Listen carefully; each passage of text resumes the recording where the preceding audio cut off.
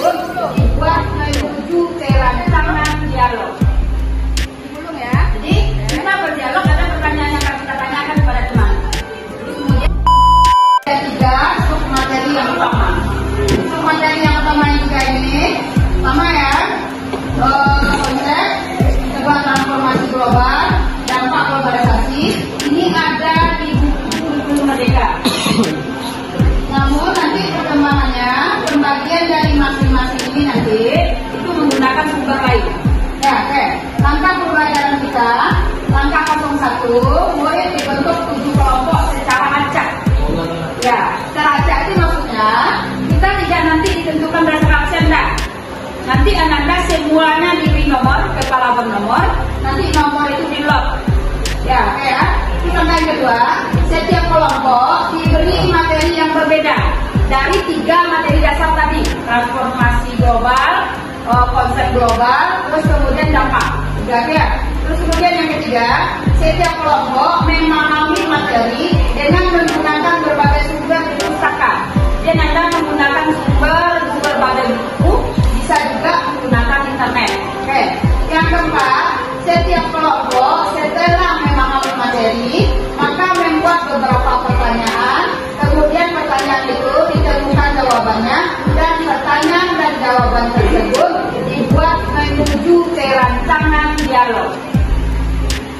Jadi kita berdialog, ada pertanyaan yang akan kita tanyakan kepada teman.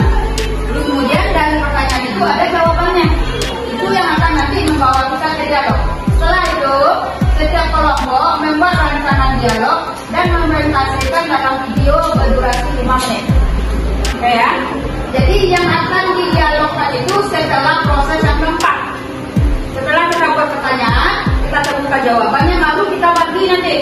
Siapa yang pertanyaan 1 dan 2, minimal itu kalau pertanyaan itu 10. Semakin banyak pertanyaan, semakin luas materi itu akan dikaji dalam dialog. Nah, mesti dialog itu 2 pertanyaan kan? Nah, berarti pertanyaan itu minimalkan 10. Jadi semakin banyak pertanyaan, semakin banyak jawaban, semakin banyak pula dialog. Dialog itu nanti dibuat ketika Anda sudah mantap, baru direkam. Nah, nanti ini digulung, setelah digulung. Ada yang belum? Digulung ya. Oke.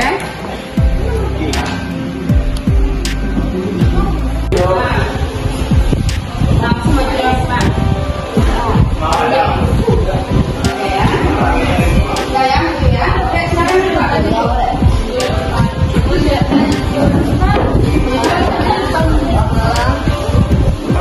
Kalau pin Pak, kita dapat nomor 1, 2, 3, 4, 5, 6, 7. Bisa namanya. Ya. Kayak pin Pak belum? Pang ya Bu, perlu dokumentasi. Bisa ke sini, bisa ke sini nih. Oke.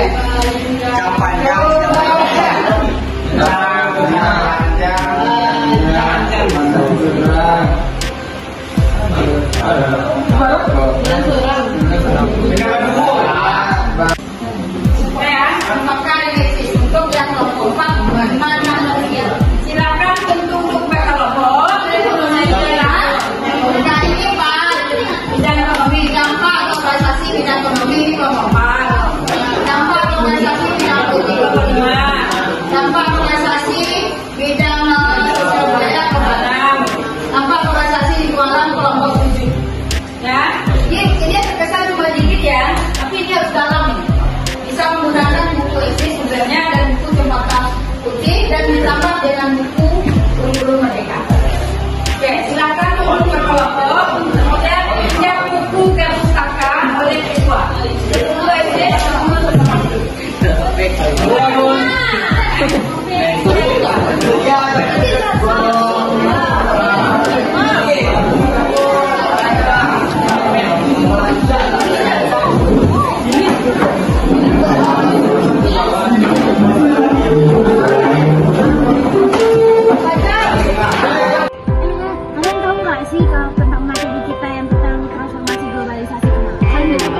Gitu, bisa jalan ini ya.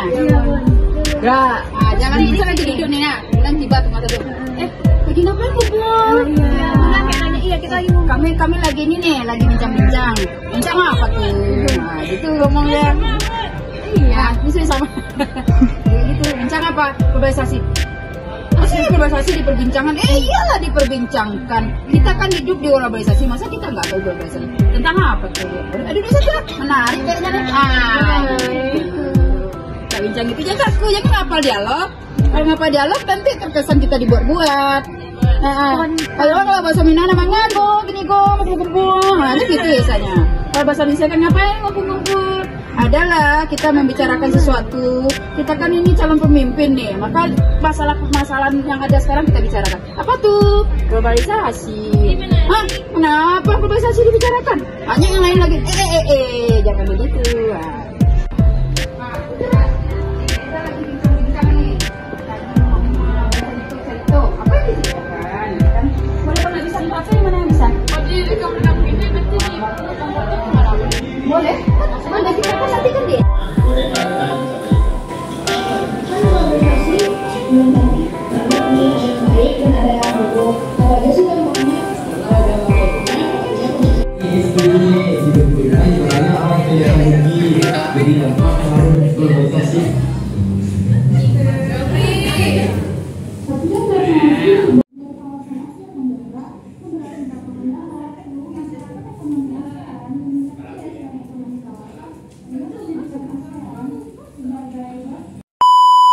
Hai guys, pada ngobrol apaan nih?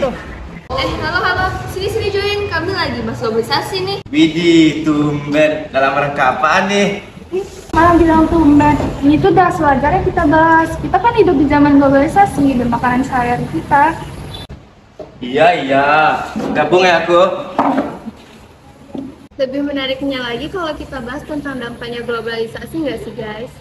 Setuju banget, apalagi di bidang ekonomi tuh, pasti gede banget gak sih pengaruhnya dari globalisasi ini? Pastilah.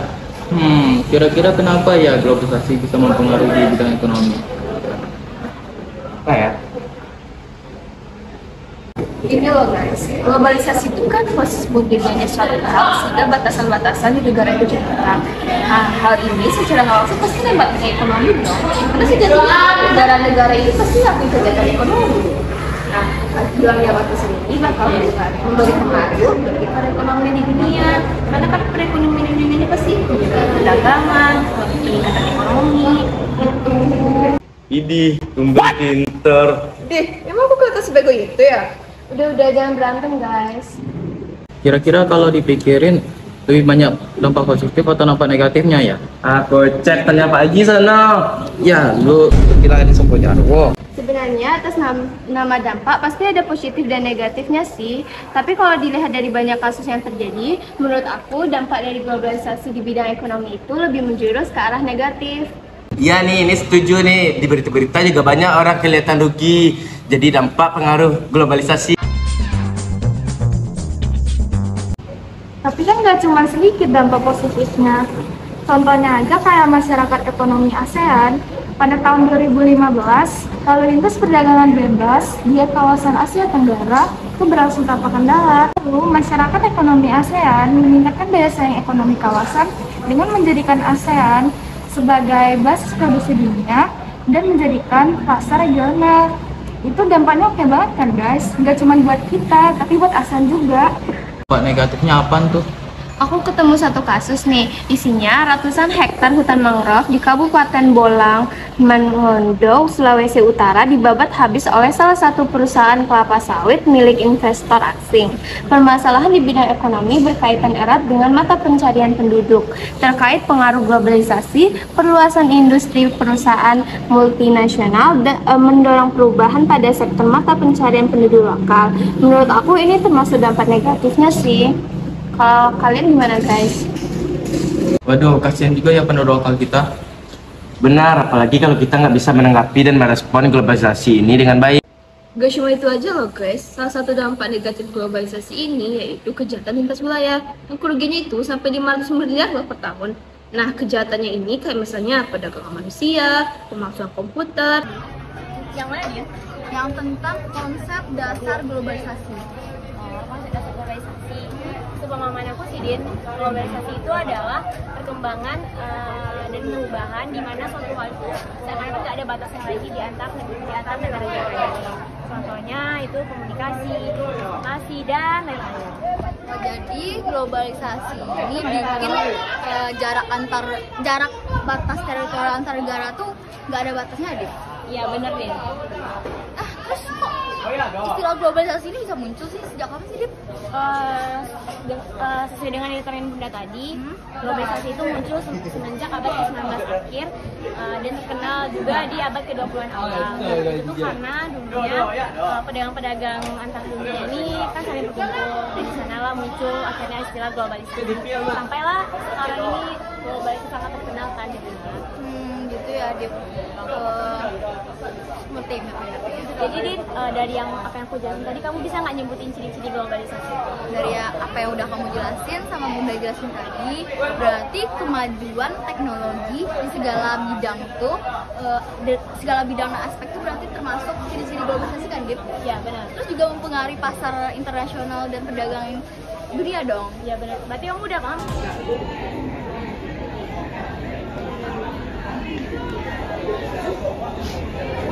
Kalian udah selesai tugas sosiologinya? Dikit lagi sih. Aku belum terlalu ngerti nih. Bagian mana yang Yang soal bagaimana globalisasi mempengaruhi tradisi istiadat.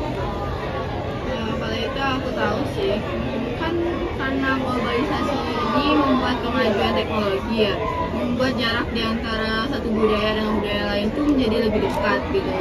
Kayak jaraknya tuh kayak nggak sejauh dulu gitu. Terus dengan kemajuannya globalisasi ini munculnya kemajuan teknologi dan munculnya hal-hal baru seperti teknologi televisi, radio, media-media sosial lainnya, handphone dan lain-lain. Sehingga dari media-media sosial tersebut munculnya hal-hal baru, kayak kita tuh jadi kayak lebih mengetahui tentang budaya lain gitu. Jadi kayak dengan bantuannya media sosial kita dapat mengetahui tentang budaya orang lain, dan begitu juga sebaliknya orang lain dapat mengetahui budaya kita.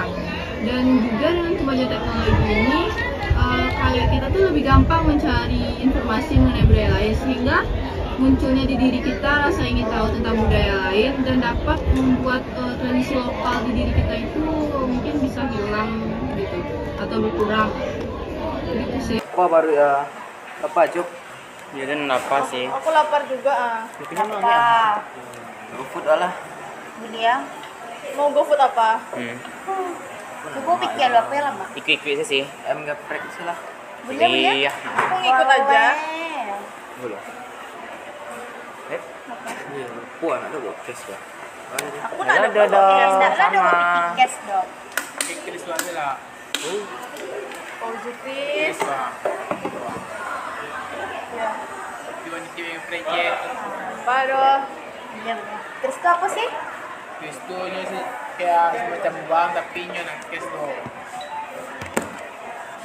Ya dan Chris ini mempermudah Wak dalam melakukan transaksi. Ih, keren juga ya. Berarti teknologi sekarang udah maju banget ya. Iya, Pia. Kan Kris tuh masuk ke dalam modernisasi. Atau jadi bukti-bukti dari globalisasi juga, Pia. Gitu kan. Globalisasi. Apa globalisasi itu?